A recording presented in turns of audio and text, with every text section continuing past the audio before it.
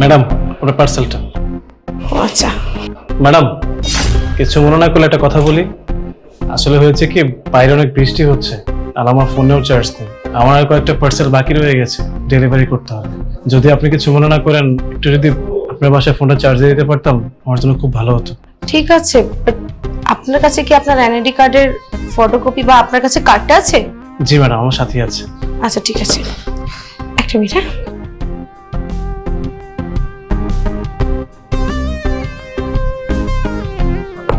পিকচারটা আমি আমার হাজবেন্ডকে সেন্ড করে দিয়ে দিয়েছি। আসলে যতই হোক আপনি আননোন পারসন, তো এমনি এমনি আপনাকে তো আর বাসার মধ্যে ঢুকতে দিতে পারি না। আপনি আসুন, ভিতরে আসুন। জি ম্যাডাম।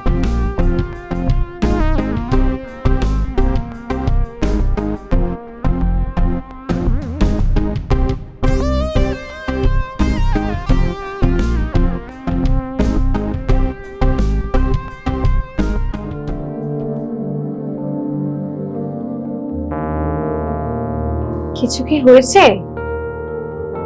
না, আপনাকে দেখে খুব চিন্তিত মনে হচ্ছে, তো তাই আর কি। না ম্যাডাম, আসলে এই কাজটা ছাড়া তো আর কোনো কাজও পাচ্ছি না, তাই এই কাজটা করছি। যেভাবে সংসারে অভাব অনটন লেগে থাকে, কোনো কাজ না করলে তো আর খেয়ে পরে বাঁচতে পারবো না। যদি কিছু মনে না করেন, আপনি চাইলে আমার কাছে সব কথা শেয়ার করতে পারেন। আপনি বলুন না, আপনার কি হয়েছে? আসলে কি ম্যাডাম, আমি খুব বড় ঘরের ছিল না, সাধারণ ফ্যামিলির ছেলে।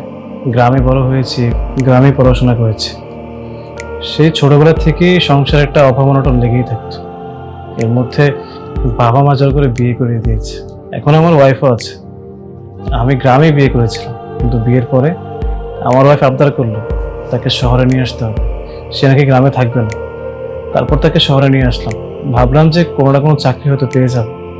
কিন্তু ম্যাডাম, ভাগ্যটা এতটাই খারাপ যে কোনো চাকরিও পাচ্ছি না। সেই কবে থেকে চাকরির পেছনে দৌড়াচ্ছি, কোনো ভালো চাকরি আমার কপালে জুটছে না। শেষ পর্যন্ত ডেলিভারি মানে চাকরিটা জুটেছে, এখান থেকে কয় টাকাই বা আসে।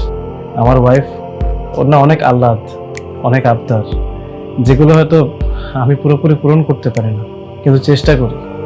এমন একটা মেয়ের সঙ্গে বাবা মা বিয়ে দিয়েছে, সে যখন যা চাইবে তখন তাকে সব কিছু দিতে হবে, কোনো কিছু না করতে পারবে না।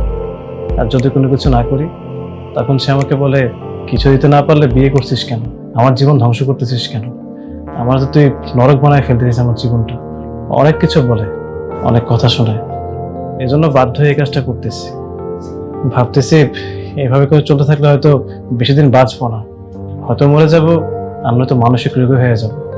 কারণ নিজের প্রতি যে নিজের খেয়াল রাখতে হয় সেটা আমি ভুলে গিয়েছি। একটা মানুষকে দেখতে দেখতে এখন আমিও একদম টায়ার্ড হয়ে গিয়েছি, আমি আর পারছি না।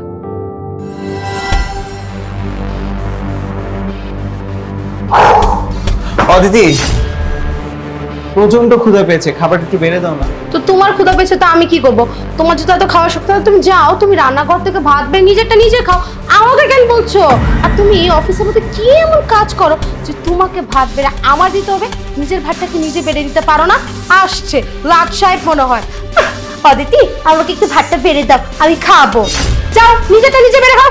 মনে হয় মাস শেষে আমার হাতে একটা মোটা অঙ্কের টাকা ধরিয়ে দেয়। যাও অদিতি, যা মন চায় তাই করো গিয়ে। যেদিন এই কথাটা বলতে পারবে সেদিন আসবে, অদিতি আমার ভাতটা বেড়ে দাও, সেদিন আমি তোমাকে নিজের হাতে ভাত বেড়ে তোমাকে দরকার বলে খাইয়ে দিব। কিন্তু এর আগে আমাকে একদম বলবে না কোনো কাজের কথা, বুঝতে পেরেছো? নিজের কাজ নিজে করবে, যাও।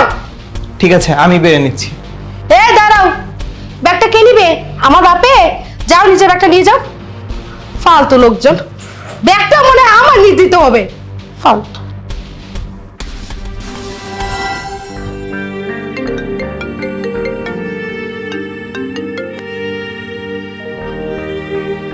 হ্যালো, হ্যাঁ হ্যাঁ, আমি তো কাজে আছি।